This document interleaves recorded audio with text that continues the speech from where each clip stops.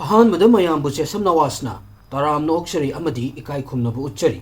ꯉꯁꯤꯒꯤ ꯋꯥꯔꯤꯁꯤꯗꯤ ꯁꯦꯞꯇꯦꯝꯕꯔ ꯊꯥꯗ ꯆꯥꯏꯅꯥꯒꯤ ꯑꯐꯥꯎꯕ ꯑꯦꯛꯇꯔ ꯑꯃ ꯁꯤꯈꯤꯕꯒꯤ ꯃꯇꯥꯡꯗꯅꯤ꯫ ꯋꯥꯔꯤ ꯑꯁꯤ ꯑꯩꯒꯤ ꯁꯕꯁꯀ꯭ꯔꯥꯏꯕꯔ ꯈꯔꯅ ꯌꯥꯝꯅ ꯀꯨꯏꯔꯕꯅꯤ ꯂꯤꯅꯕ ꯍꯥꯏꯕꯤꯔꯛꯄ ꯑꯗꯨꯕꯨ ꯋꯥꯔꯤ ꯑꯁꯤꯒꯤ ꯆꯞ ꯆꯥꯕ ꯑꯃ ꯈꯪꯉꯒ ꯂꯤꯖꯒꯦ ꯍꯥꯏꯅ ꯉꯥꯏꯗꯨꯅ ꯂꯩꯔꯝꯕꯅꯤ꯫ ꯋꯥꯔꯤ ꯑꯁꯤ ꯇꯥꯕꯤꯔꯝꯕꯁꯨ ꯌꯥꯎꯔꯝꯂꯅꯤ, ꯑꯗꯨ ꯑꯣꯏꯔꯒꯁꯨ ꯆꯦꯁꯝ ꯅꯋꯥꯁꯀꯤ ꯋꯥꯔꯤ ꯂꯤꯕꯒꯤ ꯁ꯭ꯇꯥꯏꯜꯁꯤꯗꯒꯤ ꯃꯍꯥꯎ ꯑꯃꯨꯛ ꯂꯧꯃꯤꯟꯅꯁꯤ ꯍꯥꯏꯖꯔꯤ꯫ ꯂꯥꯟꯊꯣꯛꯆꯔꯤ ꯉꯁꯤꯒꯤ ꯋꯥꯔꯤ ꯐꯦꯃꯁ ꯑꯦꯛꯇꯔ ꯌꯨ ꯃꯦꯡꯂꯣꯡꯒꯤ ꯋꯥꯔꯤ꯫ ꯀꯅꯥꯒꯨꯝꯕ ꯌꯥꯝꯅ ꯑꯐꯥꯎꯕ ꯃꯤꯑꯣꯏ ꯑꯃ ꯁꯤꯕ ꯃꯇꯝꯗ ꯃꯌꯥꯝꯅꯁꯨ ꯍꯦꯟꯅ ꯈꯪꯕꯤꯔꯝꯂꯅꯤ ꯃꯗꯨꯗꯤ ꯃꯍꯥꯛ ꯁꯤꯕꯒꯤ ꯅꯨꯡꯉꯥꯏꯇꯕ ꯑꯋꯥꯕ ꯐꯣꯡꯗꯣꯛꯄ ꯏꯟꯇꯔꯅꯦꯠꯇ ꯑꯗꯨꯝ ꯊꯦꯡꯅꯩ꯫ ꯃꯁꯤꯃꯛꯅꯤ 2025ꯀꯤ ꯁꯦꯞꯇꯦꯝꯕꯔꯒꯤ ꯇꯥꯡ 18ꯗ ꯌꯨ ꯃꯦꯡꯂꯣꯡ ꯀꯧꯕ ꯆꯥꯏꯅꯤꯁꯀꯤ ꯑꯦꯛꯇꯔ ꯑꯃ ꯁꯤꯕꯒꯤ ꯄꯥꯎ ꯂꯥꯛꯄꯗ ꯊꯣꯛꯈꯤꯕꯁꯤ꯫ ꯍꯧꯖꯤꯛ ꯃꯌꯥꯝꯅ ꯁꯤꯖꯤꯟꯅꯔꯤꯕ ꯇ꯭ꯋꯤꯇꯔꯁꯦ ꯆꯥꯏꯅꯥꯗꯗꯤ ꯕꯦꯟ ꯇꯧꯕꯅꯤꯅ ꯃꯁꯤꯒ ꯍꯥꯏꯐꯦꯠ ꯃꯥꯟꯅꯕ ꯑꯦꯄ꯭ꯂꯤꯀꯦꯁꯟ ꯋꯤꯕꯣ ꯍꯥꯏꯔꯤꯕ ꯄ꯭ꯂꯦꯠꯐꯣꯔꯝꯁꯤꯗ #ꯌꯨꯃꯦꯡꯂꯣꯡ ꯍꯥꯏꯔꯤꯕ ꯋꯥꯐꯝꯁꯦ ꯇꯣꯞ ꯇ꯭ꯔꯦꯟꯗꯤꯡꯗ ꯂꯩꯔꯝꯃꯤ꯫ ꯃꯤꯑꯣꯏ ꯂꯥꯛ ꯀꯌꯥ ꯑꯃꯅ ꯅꯨꯡꯉꯥꯏꯇꯕ ꯐꯣꯡꯗꯣꯛꯂꯝꯃꯤ ꯑꯃꯗꯤ ꯄꯨꯡ ꯈꯔꯒꯤ ꯇꯨꯡꯗ ꯍꯥꯏꯔꯤꯕ ꯃꯌꯥꯝꯁꯦ ꯑꯃꯠꯇ ꯎꯕ ꯐꯪꯈꯤꯗ꯭ꯔꯦ, ꯄꯨꯡꯃꯥꯡ ꯃꯥꯡꯈꯤꯔꯝꯃꯤ꯫ ꯇꯞꯅ ꯇꯞꯅ ꯃꯥꯡꯈꯤꯕ ꯅꯠꯇꯦ, ꯈꯨꯗꯛꯇ #ꯌꯨꯃꯦꯡꯂꯣꯡ ꯍꯥꯏꯔꯤꯕ ꯄꯣꯠꯁꯦ ꯇ꯭ꯔꯦꯟꯗꯤꯡ ꯑꯣꯏꯔꯝꯕꯗꯒꯤ ꯊꯤꯕ ꯈꯪꯈꯤꯗ꯭ꯔꯦ꯫ ꯃꯤꯑꯣꯏ ꯀꯌꯥꯅ ꯁ꯭ꯀ꯭ꯔꯤꯟꯁꯣꯠ ꯂꯧꯗꯨꯅ ꯌꯨꯃꯦꯡꯂꯣꯡꯒꯤ ꯃꯦꯃꯣꯔꯤ ꯊꯥꯒꯠꯅꯔꯝꯕ ꯃꯌꯥꯝꯗꯣ ꯇꯞꯅ ꯇꯞꯅ ꯃꯥꯡꯈꯤꯔꯝꯃꯤ, ꯑꯗꯨꯒ ꯌꯨꯃꯦꯡꯂꯣꯡꯗ ꯏꯀꯥꯏ ꯈꯨꯝꯅꯕ ꯎꯠꯄ ꯚꯤꯗꯤꯑꯣ ꯀꯌꯥ ꯑꯃ ꯏꯟꯇꯔꯅꯦꯠꯇꯒꯤ ꯂꯧꯊꯣꯛꯈꯤꯔꯝꯃꯤ꯫ ꯌꯨꯃꯦꯡꯂꯣꯡ ꯁꯤꯕꯒꯤ ꯅꯨꯡꯉꯥꯏꯇꯕ ꯄꯣꯁꯠ ꯀꯌꯥ ꯊꯥꯒꯠꯅꯔꯛꯄ ꯑꯗꯨꯁꯨ ꯈꯨꯗꯛꯇ ꯗꯤꯂꯤꯠ ꯇꯧꯔꯝꯃꯤ꯫ ꯃꯤꯀꯨꯞ ꯑꯃꯇꯪ ꯉꯥꯏꯍꯥꯛ ꯈꯟꯊꯔꯒ ꯌꯦꯡꯁꯤ ꯃꯗꯨꯗꯤ ꯑꯐꯥꯎꯕ ꯑꯦꯛꯇꯔ ꯑꯃꯒꯤ ꯃꯤꯁꯤꯒꯤ ꯃꯇꯥꯡꯗ ꯊꯥꯒꯠꯂꯛꯄ ꯄꯣꯁꯠ ꯈꯨꯗꯤꯡꯃꯛ ꯀꯛꯄ ꯍꯥꯏꯕꯁꯤ ꯃꯅꯨꯡꯗ ꯋꯥꯔꯤ ꯑꯃꯗꯤ ꯂꯩꯔꯦ ꯍꯥꯏꯕꯅꯤ꯫ ꯃꯁꯤꯃꯛꯅꯤ ꯆꯥꯏꯅꯥꯒꯤ ꯃꯤꯑꯣꯏ ꯂꯥꯛ ꯀꯌꯥ ꯑꯃꯅ ꯈꯟꯕꯁꯨ ꯑꯃꯗꯤ ꯑꯦꯛꯇꯔ ꯑꯁꯤꯒꯤ ꯃꯤꯁꯤꯒꯤ ꯃꯇꯥꯡꯗ ꯃꯤꯌꯥꯝꯅ ꯆꯤꯡꯅꯕ ꯑꯃꯗꯤ ꯄꯣꯛꯂꯝꯃꯤ꯫ ꯋꯥꯔꯤ ꯃꯈꯥ ꯇꯥꯗ꯭ꯔꯤꯀꯥꯟꯗ ꯃꯌꯥꯝꯗ ꯑꯩꯅ ꯍꯥꯏꯖꯅꯤꯡꯕꯗꯤ ꯂꯤꯖꯔꯤꯕ ꯋꯥꯔꯤꯁꯤ ꯃꯤꯌꯥꯝꯒꯤ ꯃꯐꯝꯗ ꯐꯪꯍꯜꯂꯕ ꯏꯟꯐꯣꯔꯃꯦꯁꯟ ꯑꯃꯗꯤ ꯃꯦꯗꯤꯌꯥ ꯔꯤꯄꯣꯔꯠꯇ ꯌꯨꯝꯐꯝ ꯑꯣꯏꯔꯒꯅꯤ꯫ ꯀꯦꯁ ꯑꯁꯤ ꯍꯧꯖꯤꯛ ꯏꯟꯚꯦꯁꯇꯤꯒꯦꯁꯟ ꯇꯧꯔꯒ ꯂꯩꯕꯅ ꯃꯇꯨꯡ ꯇꯥꯔꯛꯄꯗ ꯂꯤꯖꯈ꯭ꯔꯤꯕ ꯋꯥꯔꯤꯁꯤꯗ ꯑꯍꯣꯡꯕ ꯑꯗꯨꯝ ꯌꯥꯎꯔꯛꯄ ꯌꯥꯏ꯫ 2025ꯀꯤ ꯁꯦꯞꯇꯦꯝꯕꯔ 11ꯒꯤ ꯑꯌꯨꯛꯀꯤ ꯄꯨꯡ 6ꯃꯨꯛ ꯇꯥꯔꯛꯄ ꯁ꯭ꯋꯥꯏꯗ ꯕꯩꯖꯤꯡꯒꯤ ꯆꯥꯎꯌꯥꯡ ꯗꯤꯁꯇ꯭ꯔꯤꯛꯀꯤ ꯃꯅꯨꯡꯗ ꯂꯩꯕ sunshine upper east residential complex ꯃꯅꯨꯡꯗ ꯃꯤꯑꯣꯏ ꯈꯔ ꯃꯥꯒꯤ ꯍꯨꯏꯒ ꯂꯣꯏꯅꯅ ꯋꯥꯀꯤꯡ ꯆꯠꯂꯤꯀꯥꯟꯁꯤꯗ ꯌꯥꯝꯅ ꯀꯤꯅꯤꯡꯉꯥꯏ ꯑꯣꯏꯕ ꯊꯧꯗꯣꯛ ꯑꯃꯈꯛ ꯊꯦꯡꯅꯔꯝꯃꯤ꯫ ꯃꯁꯥꯒꯤ ꯆꯍꯤ 38 ꯁꯨꯔꯕ ꯑꯦꯛꯇꯔ ꯌꯨ ꯃꯦꯡꯂꯣꯡ ꯕꯤꯜꯗꯤꯡꯒꯤ ꯂꯩꯃꯥꯏꯗ ꯃꯔꯛꯇ ꯇꯥꯗꯨꯅ ꯂꯩꯔꯝꯃꯤ꯫ ꯈꯨꯗꯛꯇ ꯏꯃꯔꯖꯦꯟꯁꯤ ꯁꯔꯚꯤꯁ ꯀꯧꯈꯤꯔꯝꯃꯤ ꯑꯃꯗꯤ ꯃꯈꯣꯏ ꯃꯌꯥꯝ ꯌꯦꯡꯉꯒ ꯂꯩꯕ ꯅꯠꯇꯅ ꯀꯔꯤꯝꯇ ꯇꯧꯕ ꯉꯝꯂꯝꯗꯦ, ꯃꯔꯝꯗꯤ ꯌꯨ ꯃꯦꯡꯂꯣꯡ ꯁꯤꯔꯒ ꯇꯥꯗꯨꯅ ꯂꯩꯔꯕꯅꯤ꯫ ꯁꯣꯔꯁ ꯈꯔꯒꯤ ꯃꯇꯨꯡ ꯏꯟꯅ ꯈꯔ ꯑꯃꯅ ꯕꯤꯜꯗꯤꯡꯁꯤꯒꯤ 23 ꯁꯨꯕ ꯐ꯭ꯂꯣꯔꯒꯤ ꯊꯣꯡꯅꯥꯎ ꯑꯃꯒꯤ ꯃꯤꯡꯁꯦꯜ ꯀꯥꯏꯔꯒ ꯂꯩ ꯍꯥꯏ, ꯑꯗꯨꯒ ꯈꯔ ꯑꯃꯅ 5 ꯁꯨꯕ ꯐ꯭ꯂꯣꯔꯒꯤ ꯊꯣꯡꯅꯥꯎ ꯑꯃꯒꯤ ꯃꯤꯡꯁꯦꯜ ꯀꯥꯏ ꯍꯥꯏ꯫ ꯄꯨꯡ ꯈꯔꯒꯤ ꯃꯅꯨꯡꯗ ꯃꯐꯝꯗꯨꯒꯤ ꯂꯣꯀꯦꯜ ꯑꯣꯊꯣꯔꯤꯇꯤꯁ ꯍꯥꯏꯕꯗꯤ ꯄꯨꯂꯤꯁꯅ ꯌꯨ ꯃꯦꯡꯂꯣꯡꯒꯤ ꯃꯤꯁꯤ ꯑꯁꯤ ꯑꯦꯛꯁꯤꯗꯦꯟ ꯑꯃꯅꯤ ꯍꯥꯏꯅ ꯍꯥꯏꯔꯝꯃꯤ꯫ ꯌꯨ ꯃꯦꯡꯂꯣꯡ ꯌꯨ ꯊꯛꯂꯝꯃꯤ, ꯃꯔꯝ ꯑꯁꯤꯅ ꯁꯣꯏꯕꯗꯒꯤ ꯕꯤꯜꯗꯤꯡ ꯃꯊꯛꯇꯒꯤ ꯇꯥꯔꯛꯑꯒ ꯁꯤꯈꯤꯕꯅꯤ ꯍꯥꯏꯔꯒ ꯃꯥꯒꯤ ꯀꯦꯁ ꯑꯁꯤ ꯀ꯭ꯂꯣꯖ ꯇꯧꯈꯤꯔꯝꯃꯤ꯫ ꯄꯨꯡ 12ꯒꯤ ꯃꯅꯨꯡꯗ ꯑꯣꯐꯤꯁꯤꯌꯦꯜꯂꯤ ꯑꯣꯏꯅ ꯌꯨ ꯃꯦꯡꯂꯣꯡꯒꯤ ꯃꯤꯁꯤꯒꯤ ꯏꯟꯚꯦꯁꯇꯤꯒꯦꯁꯟ ꯇꯧꯕ ꯂꯣꯏꯁꯤꯜꯂꯝꯃꯤ, ꯑꯗꯨꯕꯨ ꯑꯣꯟꯂꯥꯏꯟꯗ ꯃꯤꯑꯣꯏ ꯂꯥꯛ ꯀꯌꯥ ꯑꯃꯒꯤꯗꯤ ꯌꯨ ꯃꯦꯡꯂꯣꯡꯒꯤ ꯀꯦꯁ ꯑꯁꯤ ꯂꯣꯏꯁꯤꯜꯂꯝꯗꯦ, ꯃꯔꯝꯗꯤ ꯃꯇꯨꯡ ꯇꯥꯔꯛꯄꯗ ꯐꯪꯉꯤꯕ ꯏꯟꯐꯣꯔꯃꯦꯁꯟ ꯃꯌꯥꯝ ꯑꯁꯤꯅꯅꯤ꯫ ꯌꯨ ꯃꯦꯡꯂꯣꯡꯅ ꯁꯤꯗ꯭ꯔꯤꯀꯥꯟ ꯅꯨꯃꯤꯠ ꯈꯔꯅꯤꯒꯤ ꯃꯃꯥꯡꯗꯒꯤ ꯃꯍꯥꯛꯅ ꯃꯃꯥꯗ ꯃꯦꯁꯦꯖ ꯀꯌꯥ ꯑꯃ ꯊꯥꯔꯝꯃꯤ꯫ ꯍꯥꯏꯔꯤꯕ ꯃꯦꯁꯦꯖꯁꯤꯡ ꯑꯁꯤ ꯑꯣꯟꯂꯥꯏꯟꯗ ꯁꯦꯌꯔ ꯇꯧꯔꯛꯂꯝꯃꯤ, ꯃꯔꯝ ꯑꯁꯤꯅ ꯌꯨ ꯃꯦꯡꯂꯣꯡ ꯁꯣꯏꯕꯗꯒꯤ ꯕꯤꯜꯗꯤꯡꯗꯒꯤ ꯇꯥꯔꯒ ꯁꯤꯕꯅꯤ ꯍꯥꯏꯕꯁꯤ ꯃꯤꯌꯥꯝꯅ ꯊꯥꯖꯕ ꯉꯝꯂꯝꯗꯦ꯫ ꯃꯌꯥꯝꯁꯤꯒꯤ ꯃꯔꯛꯇꯒꯤ ꯃꯦꯁꯦꯖ ꯑꯃ ꯄꯥꯊꯣꯛꯂꯕꯗ "ꯍꯣꯏ ꯏꯃꯥ, ꯃꯈꯣꯏꯅ ꯊꯥꯔꯛꯏꯕ ꯄꯩꯁꯥꯁꯦ ꯎꯔꯒ ꯑꯩ ꯑꯣꯅꯤꯡꯕ ꯐꯥꯎꯏ꯫ ꯑꯩꯒꯤꯁꯦ ꯐꯥꯒꯤ ꯅꯠꯇꯦ, ꯃꯣꯏꯒꯤ ꯄꯩꯁꯥꯁꯤ ꯗꯔꯇꯤ ꯃꯅꯤꯅꯤ꯫ ꯑꯩꯒꯤꯁꯦ ꯍꯥꯏꯖꯤꯟꯕ ꯅꯠꯇꯦ, ꯃꯣꯏꯅ ꯑꯩꯕꯨ ꯍꯥꯠꯈꯤꯕꯁꯨ ꯌꯥꯏ, ꯀꯅꯥꯒꯨꯝꯕ ꯑꯃꯅ ꯑꯩꯕꯨ ꯍꯥꯠꯈꯤꯕꯁꯨ ꯌꯥꯏ ꯍꯥꯏꯕ ꯋꯥꯐꯝꯁꯦ ꯄꯪꯍꯥꯏ ꯍꯥꯏꯕ ꯌꯥꯕ ꯋꯥ ꯑꯃ ꯅꯠꯇꯦ, ꯀꯤꯕꯗꯒꯤ ꯍꯥꯏꯕ ꯋꯥꯍꯩ ꯑꯣꯏꯗꯣꯏꯅꯤ"꯫ ꯃꯁꯤꯒꯤ ꯃꯇꯨꯡ ꯌꯨ ꯃꯦꯡꯂꯣꯡꯅ ꯁꯤꯗ꯭ꯔꯤꯀꯥꯟ ꯃꯍꯥꯛꯅ ꯊꯥꯔꯝꯕ ꯑꯔꯣꯏꯕ ꯃꯦꯁꯦꯖꯁꯦ ꯑꯃꯨꯛ ꯇꯥꯃꯤꯟꯅꯁꯤ꯫ "ꯍꯧꯖꯤꯛꯇꯤ ꯒꯨꯗ ꯕꯥꯏ ꯍꯥꯏꯕꯒꯤ ꯃꯇꯝꯗꯨ ꯌꯧꯔꯛꯂꯦ꯫ ꯃꯣꯏꯅ ꯑꯩꯕꯨ ꯃꯇꯝ ꯑꯃꯗ ꯍꯦꯛꯇ ꯍꯥꯠꯈꯤꯕ ꯌꯥꯏ꯫ ꯃꯇꯥꯡ ꯁ꯭ꯋꯥꯏꯁꯦ ꯈꯔ ꯆꯃꯝꯅꯕ, ꯈꯔ ꯀꯝꯄ꯭ꯂꯤꯀꯦꯇꯦꯗ ꯑꯣꯏꯕ ꯃꯇꯥꯡ ꯑꯃꯈꯛꯅꯤ, ꯃꯔꯝꯗꯤ ꯃꯥꯕꯨ ꯍꯥꯠꯈꯤꯕ ꯌꯥꯏ ꯍꯥꯏꯔꯤꯕ ꯃꯤꯑꯣꯏꯁꯤꯡ ꯑꯁꯤ ꯀꯅꯥꯅꯣ ꯍꯥꯏꯕ ꯄꯜꯂꯝꯗꯦ, ꯑꯗꯨꯒ ꯃꯥꯅ ꯐꯪꯉꯤꯕ ꯄꯩꯁꯥꯁꯤ ꯀꯔꯤꯒꯤ, ꯀꯗꯥꯏꯗꯒꯤ ꯐꯪꯉꯤꯅꯣ ꯍꯥꯏꯕꯁꯨ ꯃꯍꯥꯛꯅ ꯐꯖꯅ ꯄꯟꯗꯦ꯫ ꯑꯗꯨꯕꯨ ꯃꯍꯥꯛ ꯀꯅꯥꯒꯨꯝꯕ ꯑꯃꯗ ꯐꯖꯅ ꯀꯤꯔꯦ ꯍꯥꯏꯕꯁꯤꯗꯤ ꯃꯥꯗꯤ ꯈꯪꯖꯔꯝꯃꯤ꯫ ꯑꯃꯔꯣꯝꯗ ꯃꯍꯥꯛꯅ ꯄꯜꯂꯤꯕ ꯄꯩꯁꯥꯁꯦ ꯗꯔꯇꯤ ꯃꯅꯤꯅꯤ ꯍꯥꯏꯔꯤ, ꯑꯃꯗꯤ ꯃꯤꯑꯣꯏ ꯈꯔꯅ ꯃꯥꯕꯨ ꯁꯤꯕ ꯄꯥꯝꯃꯤ ꯍꯥꯏꯕꯁꯤꯃꯁꯨ ꯃꯍꯥꯛꯅ ꯄꯜꯂꯤ꯫ ꯌꯨ ꯃꯦꯡꯂꯣꯡꯒꯤ ꯀꯦꯁ ꯑꯁꯤꯗ ꯃꯤꯑꯣꯏ ꯂꯥꯛ ꯀꯌꯥ ꯑꯃꯅ ꯏꯟꯇꯔꯦꯁ ꯑꯣꯏꯅ ꯌꯥꯎꯁꯤꯜꯂꯤꯕꯁꯤ ꯀꯩꯒꯤꯅꯣ ꯈꯪꯅꯕ ꯌꯨ ꯃꯦꯡꯂꯣꯡ ꯀꯅꯥꯅꯣ ꯍꯥꯏꯕꯁꯦ ꯈꯪꯕ ꯃꯊꯧ ꯇꯥꯏ꯫ ꯌꯨ ꯃꯦꯡꯂꯣꯡ ꯄꯩꯁꯥ ꯄꯥꯏꯕ maming leiba imungdagi hawrakpa miyoi ama nate mahak western China gi Xinjiang gi manungda leiba Urumqi hairiba city sidagini 1988 ki June gi tang 15 da Yu Menglong pokhi mahaki mamasi music ki oja amani mahak nani Yu Menglong bu yamna angang oirikandagi piano khongba tambirakhiba amadi isai saknabagi pukning thagot pirakhibasi mahaki mapadi fitness coach amani Yu Menglong na magi maming miyam da khangalakpasi reality shows amadi isai competition dagini 2007 da Yu Menglong My Show My Style hairiba reality show asida participate tawrami 2013 da Yu Menglong Happy Boys da amuk compete tawrami hairiba competition asi talent competition amakhakni amadi Yu Menglong top 10 gi manungda chalami competition asigi first winner oikiba Hua Chen Yuga Yu Menglong close friend oirami makhoi anigi marup oibagi marisi matung taba warida yamna maru oirakani 2011 dagi Yu Menglong acting gi lamda khongdarakpa hawrami ahing amada hekta mai paklakiba nate Yu Menglong na magi career se tamna sembalakibani magi acting career se 2015 da Go Princess Go da yamna popular oirami mahak na mapan suba Prince ki character ama sarami 2017 da Eternal Love hairiba movie sida mahaki achoba achievement ama fanglami movie asida actress Yang Mi ga Yu Menglong ga co-act tawrami masigi matung 2019 da The Legend of White Snake amadi The Love Last Two Minds the act tawrami adubu miyamna Yu Menglong gi matangda haina wafam amadi mahak maming leijaragasu yamna chamba miyoi amani mahak yamna professional oiba hotnaba kan miyoi amani haina miyamna hainai mahak scandal gumbada yaude magi mathakta kesu amata leite mahaki hui ani lei mamingna fully amadi hui toy kowi hui ani asi yuna magi family members ni haina fawa khali mahak sigadaba tha kharagi mamangdadi Yu Menglong thabak yamna chilami haukiba tha tarukta Yu Menglong fantasy period drama mamingna The Journey to the Ends of the Night namduna leirami mahaki film ani amasu release tawudabagi ngaiduna leirami mamingna The Fated General amadi Traditional Chinese Medicine kowi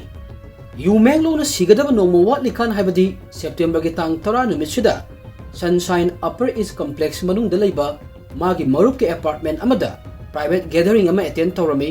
hairiba party asida chawrakna miyoi 13 tagina 13 na attend tawrami kanagumba amana mapandagi yenglakpadadi moigi si mamanaba mayam punba normal oiba evening amakhakni party asida yaukhiba miyoi singna matung tarakpada Yu Menglong masada tension leibagumba mood off oiba amadi haining siningdabagi mawong ama tawi hairami karigumba amagi potlum khara pobusu malami Yu Menglong yu ka haina thakpa mi ama nate aduga mathangi numita mahaki shooting sulei adubu numitchidi mahak yu fazana thaklami midang wairamgi matamda magi friend circle mayam sidagi tonga na mathanta leirami amung thaba ka amada changduna manungdagi thonglonsan khirami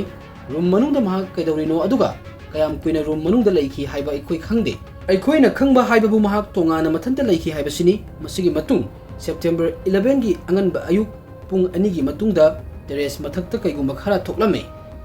mafhamdugi miyoi kharana terrace mathakta kanna laubagi khonjal tai hairami masigi matung Yu Menglong building dagi takre masigi matungda online da lakiba video da Yu Menglong Beijing gi Bulgari hotel dagi residential complex da pubudu urami atopa video amadana amuk masado yamna sonna amadi asok apani yaubagi maung malami aduga mahakpu chingaga purami miyoi kharana mahakpu nampuda yu pithak patai haina su hairami aduga hairiba video mayamsi officially verified tawraba amata nate adum oinamak video sing asi online da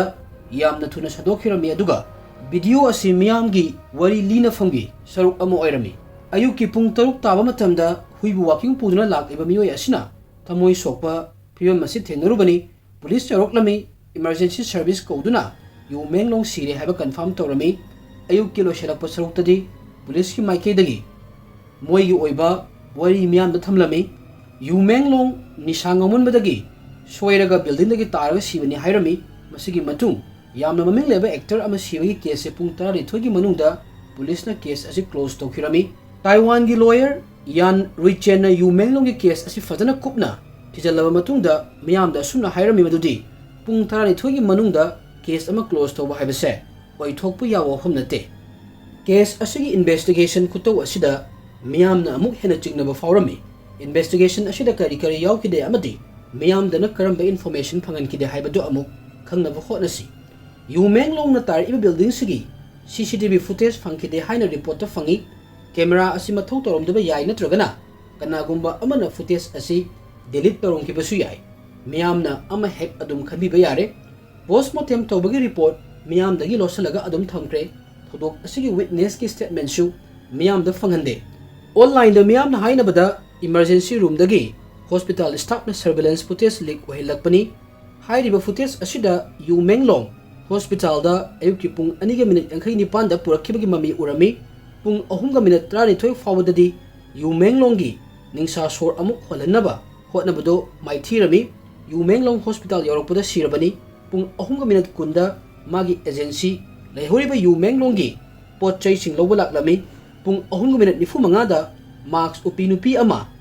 yamna chingnaninga oiba mawongda hospital gi mapanda leiba dustbin da kaigum ama thibagi potchai mayam check toba urami Yumenglong sirba matung nuit mangani leiraga haibadi September gi tang 13 ta Yumenglong gi studio dagi mamano oiramgani haiba statement ama khak thadoraklami statement asida mahakna hairami madudi Yumenglong yu ngaro matung soibadagi building dagi taraga sibani haina police na investigation toro matung da fangba findings mayam imung da per e haina hairami thodok asi miyamna normally oine lobi yu amade thokhaningdaba pamdaba thodok sing thokhan bidanaba mamana miyam da haijarami mahakna hairami machanupa Yumenglong bu shanti da potha lasi haiduna masigi matung September gi tang 12 da Beijing Municipal Public Security Bureau gi Chaoyang branch na official of police report ama miyam da thamlame makoina Yumenglong yu thaklaba matung da accidentally sibani mahaki misi asida kanagumba na hatpani haibagi kaigumba evidence amata fangde hairami makata na police na makhogi investigation asida thodok thukliba mafamda yengshinba forensic examination toba interviews amadi video surveillance na chingbo yawi hairami thodok sigi matangda investigation report imungda su pikre amadi makoina penda basu amata fondora khidre hairami makata na police na Yumenglong gi misi asigi matangda aranba amadi semjin sajinba pau kaya ama online da sandokpagi nupi ahum amasu detain tawraga thamme haina su hairami masagi chahi 18 surabi yuwana Yumenglong building dagi thawri yalaga hatpani mahaki kujin su lawthokhirami haina online da sandoklami masagi chahi ni huma thoi surabi juna online da Yumenglong gi misigi matangda capture tawba CCTV surveillance mangkre amadi yugi mama miyoi kharana kihan khanganduna control da thamkre haina sandoklami masagi chahi ni fu surabi jengna Yumenglong gi videos kaya online da share tawrami hairibi nupi ahum sini police na detain tawraga thammi haina mamang da pankribasi masina thakpadi Yumenglong sibagi matangda any theory ama sandoklabadi miyoi adu police na farani haibagi message ama miyamda police ki maikedagi pirami Yumenglong na aroiba oina mamada tharamba message sa public platform da laklaba matungdadi police na officially oina thokpa statement se miyamna kaisu thaja biramde miyamna investigation asigi transparency ama pamlami amadi kaidobagi yamna thuna case asi investigation tawduna loisin kribano haiba wahang kaya ama hanglami amadi police ki officially oina pirakhiba statement gi mathaktasu wahang kaya ama tawnaraklami miyam gi awaba phungdokpa post mayam ama kakhiba manghankhiba domaina Yumenglong gi misigi matangda wahang hangba post kaya su mathang kakhirami post ama hojik thalatkani minute amagi manungda masa mathanta amuk mangkini Yumenglong gi matangda hanjan post thagalakpa account sing suspend tawrami hashtag su block tawrami sumaina sum tawrakpasida miyamna chingnabasu sum hengalaklami miyamna foreign media da Yumenglong gi wari moigi media na coverage tawinaba amadi magi misi asigi matangda independent oiba investigation ama tawinaba international petition kaya ama haudoklami miyam gi chingnaba internet da post kaya delete tawba amadi miyamna hangba question gi answer di kanamata fangde hairiba mayam se wari sigi saruk amani miyamna tawriba allegation se chumambasu yai natragana lalambasu yai hojik amuk Yumenglong na sigadaba nimitki party sigi matangda amuk wari hawrasi masigi part sini yamna complex oirisi miyamna Yumenglong gi sigadaba nimitki numidangda tawbo party da kana yauki haibadu thigatlami makoina chawrakna miyoi 13 ti masak khangdoklami makhoi 13 sigi manungda miyoi ani amagi mamingdi Yumenglong misigi matang sida hanjan discuss tawbada yaurami makoi ani dudi Jinki amadi Cikhibagi makoi ani gi mingsi karigi darkar oirino gyan tanaba party asida yaudaba miyoi amagi matangda khangba mathau tai hairiba nupa asigi mamisi kesigi marumda hobudagi adum yauduna lerami mahaki mami Saiki kawi Saiki hairiba miyoi si China gi yamna powerful oiba official threat ki manungda masu amani China gi ruling council gi committee ama oiriba Politburo Standing Committee gi member amasuni Cikhibagi haiba nupasi mahakna China pumbagi internet kari tauri kari propaganda sandoi amadi miyamgi ideology mayamsu yangchenbagi in charge ki famse mahakna pairame mahaki makhadani police na investigation tawba pung 12 gi manungda loisin kribasi internet post kaya delete tawriba account kaya suspend tawriba mayamse Cikhibagi gi order ngaktani online na sandoraki information amada Yumenglonggi party da yaukhiba mamangda pankhiba miyoi anise hairiba nupa Cikhibagi gi luhongdana pokpa machani haina sandoklame Cikhibagi gi ahanba luhongdana pokpa masasigi maming Sinki kawi mahak asi masagi chahi 19 khakta sujaragasu sarkar gi thabak ama tawrami hairiba wafam asi imung manunggi miyoi singda power lebagi oithoklibani aduga khwaidagi angakwa wafam amana hairiba nupa asigi information kudimak China gi internet gi lauthokirami mahaki matangda internet search tawbada kaimta fangoi matau karamna Yumenglonggi misiga Sinki ga mari leinagi haibada 2013 dagi Yumenglonggi career bu manage tawriba company Tian Yu media gi controller si Sinki na oirami report kharagi matung innadi Sinki na Yumenglonggi career manage tawba khaknate mahakna kari tawri haibasisu control tawrga thammi haina pali Sinki na Yumenglonggi fans group ki function mayam ama organize tawduna mahakpu atopa kudong chaba sing fanghandanaba amadi supatagi contract kharagi manungda laihanaba hotnaba atopa achoba kudong chaba lakpasingdagi nathaiduna thamlami ani suba luhongduna pokpa machasigi mamingna Cikhibagi kawi Fujian province ki Fuzhou hairiba mafamsida Cikhibagi 1996 ki June gi thada poki mahak sunaha oiriba actor amakhakni mamangda pankhiba yamna sakti leiba miyoi teret ki manungda ama oiriba Cikhibagi haiba nupase Fuzhou da leiba Fujian Normal University da 1994 dagina 1997 gi manungsida master tawga leirami mafam sidani matam sidani Cikhibagi haiba nupase su pokhibasi makoi anigi surname su mane lohongdana pokka macha oijargasu family gi surname di adum use tawrami Cikhibagi poklakpa matamdadi Cikhibagi Jun haina kawi Cikhibagi ka hena talent oiba actor ama oidrasu mahaki mafamda acting gi lambi watamde media na investigation tawbada Cikhibagi haiba nupasigi family background ama fawba khangba ngamlamde ofam masida khangba adum yare madudi Cikhibagi haiba nupa asigi background sakti leba miyoi kharana lotsalaga thammi haibani actor amagi information internet ta thiba fangde haibase tabada adum kharadi ngakningai oi Cikhibagi ga makoi ani mapa machani haina mari leina halaga thagalakpa post kudimak internet tagi kakhirami mahaki social media account dasu kanamatuna comment pibagi option la helamde miyoi kharagi matung inna Sinki amadi Cikhibagi haiba nupa ani se Cikhibagi gi lohongdana papa machani amadi mama tongan tongali haina palle Yumenglonggi misi asida entertainment industry gi miyoi kaya amasu yawarumgani haina miyamna online da fondoklami actress Songiren haiba nupi se Yumenglongna leiriba building sida masulei makoi anisi imlonabani haiba tare miyamda leak oiraga thorakpa information da asumna palli madudi Yumenglongna yaukhiba party sigumba mayam ama sinbada hairiba actress sina mateng pangi mahakna Yumenglongga marup oibagi marigi kudongchaba lawraga party kaya amada mahakna Yumenglongbu saruk yahli haina maral sirami adubu mangonda sira iba maral mayam se yumphum yaudabani hairami amadi mahakki lawyer na wafam mayam masibu hairakliba miyoising ain gi oba action lokhutkani haina kihalame atopa actor ama mamingna fan siki hairiba nupa sigi su mathakta Yumenglonggi misiga mari leidana yamna akanba maral su sirami verified oidaba video sida yuna chatnaba hotnabada mahakna Yumenglongbu namthuda fanaba hotnaba phubana chingba tawduna car manungda famalli online da mahakna tawribasi kalakpadagini hairami miyamna Yumenglong sikhra matungda mahaki professional acting career da yugi mahut sinaba hotnaribani haina maral sirami amadi miyamna hairiba nupasigi movie source mayam sing loinamuk boycott tawrami mahaki mathakta yu menglong gi misiga mari leinana kaiguma charge amata police su palamde hojik amuk miyamna haibadi film industry da leiba miyoi singna yu menglong bu manghan kinaba karigi hotnaribano haibasigi theory amuk neinasi report khargi matung inna yu menglong gi mingda business registration tawraga leibasi amma anita nate masing yamna yamlami adubu hairiba company natragana business mayam se yu menglong na hodokpa amadi masana run toba business amata nate mi atokpa namagi phone number amadi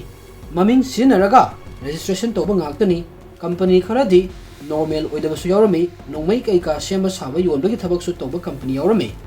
karigidamak actor amana nongmai saba bom saba company da magi maming yaudoribano aseng bagi su yu menglong sigumba business sida yaude mina magi maming sinabani yu menglong na magi maming da illegal oiba thabak thorom kaya ama sinare khanglakpadagi oirambe yai mahakna aroi boina mamada tharamba message ta black money haina pankiba mahaki mingda taliba paisa do panmada oningba fauki haikiba moina mabu hatpirani haina akiba faukiba mayam se online da mayam yamna kana discuss tokiwa amagi matang da su panjage Chinese ki social media da andor ko phum amada sumna pali madadi yu menglong siraba matungda magi masadagi USB ama fangi unverified oiba account amadagi nupa amagi audio voice ama viral oirami madudi yu menglong gi puktu kakthatlo atopa audio amadana yu menglong ga punba miyoi amana kaim wasaludu ma kaisu siroi haba tarami theory sigi matung inna kaigumba yu menglong na mahak si khudong thibada tare amadi miyoi kharana mabu asuk apan nanghanaba la ekhangbadagi evidence yauba USB se mahakna yosinamba yai yu menglong na aroi bo ina yaukiba party se icham chamba party am oiramde party asida China gi paisa mayam amagi money laundering to bagi meeting to bani makoina mayam se legal oiba mong manaba movie investment gi matang da oina wari torome yu menglong na magi maming masa khanganda na miyoi kharana illegal activities kaya da sinare haiba se khanglakpada mahakna numitugi meeting money laundering gi network paisa gi matang da wari sanaba amadi documents kaya ama recording torami September gi party sida yu menglong yawa pamlamde mamang gi party singda mahakna evidence kaya ama collect tawkhrabani karigumba yu menglong na hairiba evidence mayam se miyamda khangalak lagade miyoi kaya ama money laundering tawre habase expose tawbata natana general miyoi khudimak jail da leidoribani amadi China gi sakti leire hairiba nupa siaki su lekha tagadoribani siaki gi political career pumloi lotion khidoribani hairiba theory asida yu menglong se manghan kiba yamna maru oirami yu menglong na sidrikanda magi aroiba lifestyle magi fans mayamna yu menglong kudong thibada tare haibagi notice tawrami yu menglong na 540 hairiba science magi makutna tawri haina hairami hairiba science victim amana camera da mabu otpiriba miyoi adubu khangdanaba mahakse awafamda tare mateng pangbiu haibagi signal ama khangni hairiba science yu menglong na tawbuta natana magi masada dakphum kaya ama lei haibasu magi fans na khanglami masigi su mathakta miyoi kharaki matung inna live asida kaigumba mangonda pamdaba thodok ama tungna thoroklabadi madu accident ni khanbigano hairami masigi matung kudakta magi live solution khirami matung tarakpada hairiba live stream sisu China gi internet tagi lawthokhirami mamangda hairiba ofum mayam china chumbo oiragadi haibadi yuna live ta hand signal toba miyamda mangonda kaigumba khara thoklani haina warning toromba sina takpadi kaigumba kudong thiba khara mangonda thoklani haibasi yu menglong masana khangjarami haibani maram asina mahakna internet ki platform asi sinaraga evidence thamamnabasu yu menglong na live ase tharambasu yai yu menglong sirba matung mahaki mama Beijing da machanupa gi mathong mangam pangthoknabagi sem sawalaklami mamangda su panjakhiba September 13 ta mahakna miyamda santi leinaba hairakhiba wakhalna sagatlaga violence to bidanaba appeal tawrakhiba asigi matungdagi yu menglong gi mama amuk hanna miyam gi mangda tholakhidre miyam da makhatana statement su amata pirakhidre yamna tuminna macha laikhidabagi awaba phongdu aga leirambasu yai natragana magi lawyer na makhatana miyam da yu menglong gi matangda wa haidana thilamasu yai yu menglong gi mama kadai da laikhre haiba online campaign ama amuk hawraklami miyam na mahak safe oina leiribra amadi athingba amata leitana wa ngangba yabra haibagi matangda khanglami hairiba campaign sisu internet tagi lawthoklami yu menglong gi mama faraga thamkhre haina rumors ama amuk संदोक्लमी चुमंबा याई लालंबा याई मसिसु अमुक internet तगी लौथोखिरमी अदुगा युमेंगलोंगी ममाना तुमिना लाइसनखिबा असिदा case असिगी मतंगदा मियामदा अमुक हेना चिंगनबा पोखलमी यामना Chaoba moral अमसु sunshine अपर east complex की मियोई सिंगनसु सिरमी online दा Lakpa report की मतुंग इन्ना complex असिगी मनुंगदा लेबा yum मयाम अमा हौदोक थोकपा नुमितसिगी नुमिदांगदा करी थोकी हाइबगी मतंगदा वा अमता हाइदनबा यामना चाउबा पैसा फंगी हाइबगी मराल सिरमी ममांगदा हाइरिबा कम्प्लेक्स की मियोई खरना बिल्डिंग दगी करीगुमा पोसक अमा ताबगी अचौबा मखोल ताकी हाइखिबनी अदुबु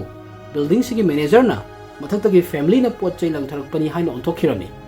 युमेंगलोंगी मतंगदा वा अंगांगबा इमुंगसिंगी थोंगदा अंगांगबा मचुगी कलर हाइजिनबा मोइगी गाड़ी टायर नुंसि थादोकपा तौरमी मसिन हाइनिंगलिबदी वा अंगांगनु तुमिना लयु हाइरिबनी युमेंगलोंग सिरबा मतुंग कम्प्लेक्स असिदा लेबा युम चामा हेनबना मोइगी युम अदु योनजरगे हाइदना नोटिस थोक्लमी अदुबु मियोय खुदिमक अमत मानदे मियोय कया अमा किहंदुना तुमिना लैनबा होटनरबसु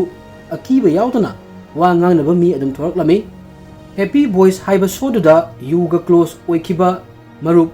wa chen yu menglongi misigi nuaitaba yamna tongana mong amada phongdoklami Fosanna pangthokpa music festival amada stage ta mahakna video amaga loinana perform torami haiba video ase ubada yu menglongda ikai khunu utlibani haibase fansing adum khanglami wa ngangbadi yadabanina video gi through da visual oina utlibani युमेंगलोंगी मतंगदा वा ngangnaba मियोय खुदिंगमक हातकनि हाइना केहलमी युमेंगलोंगी युमगी मनाक्ता लैबा युमसिंगी प्राइस फजना होंगहलमी नेटफ्लिक्स ता ऑलरेडी रिलीज तौखरबा युमेंगलोंग यावबा मूवी ममिंगना इटर्नल लव सिदगिसु युमेंगलोंगी मिंग कास्टिंग लिस्ट तगी लथोखिरमी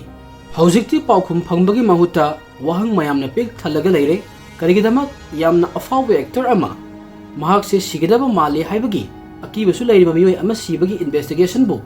पुंग 12 की मनुंगदा लोइसनख्रिबनो महाकना तारक्तुना सिरिबा बिल्डिंग सिगी कैमरा के फुटेज म्याम मांगदा करिगी फंगनद्रिबनो युमेंगलोंगना ममादा मेसेज थाबदा पनखिबा डर्टी मनी से कइनो हाइबा चाइना की अथॉरिटीना म्यामदा खंगनद्रिबा करिगिनो महाकना किरिबा मियोय सिंगसे कना कनानो करिगिदमक युमेंगलोंग सिरो मतुंगदा मागी ममाना स्टेटमेंट अमखक पिरमगा म्यामदगी लापना लैख्रिबनो ऑनलाइन दा लाकिबा वीडियो ऑडियो म्याम करिगिदमक डिलीट तौख्रिबनो रेसिडेंशियल कम्प्लेक्स की मियोय सिंगदा तुमिना लैनबा पैसा पीखि हाइरिबसिना अचुंबो ओइरगदे कनानानो मखोयदा पैसा पीरिबसि अमदि युमेंगलोंग सिरबा मतुंगदा करिगिदमक इखंग खंगौदना युम कया अमा योनबा नोटिस थोरक्लिबनो हाइरिबा क्वेश्चन मयामसिगी पाउखुम फंगदना अदुम लोइसनख्रे युमेंगलोंगी मिसिगी मतंगदा असेंगबा अचुंबा लोइनमक्ति खंगिदबा याय अदुबु मिसि असिगी मतंगदा वहंग हंगबदि कनानासु थिंगबा ngमोय इंटरनेशनल ऑब्जर्वर मयामना मागी मिसिगी मतंगदा ट्रांसपेरेंसी ओइनबा कन्ना प्रेशर पीरी ऑथोरिटीज की माइकेदगी मियामगी वहंगी पाउखुम पीगदबनी मियामगी ओइबा मागी मोट युमेंगलोंगी मिसिगी मतंगदा फोंदोकनरी मयामसे कयाम चुम्मी लाली हाइबदुदी खंगद्रे मियामगी पेंदबदी अदुम फोंदोकनरी वहंग ओइना हंगगा लोइसनबा वारीसे आइना लीजबदा ngasiना अहानबनी वारी ताबिरिबसिंगना थमोइदा करी फावी फोंदोकपिरमु मयामबु थागतचै मतंग असिदा ngasiगी वारी असिलो सिंजरगे थैंक यू एवरीवन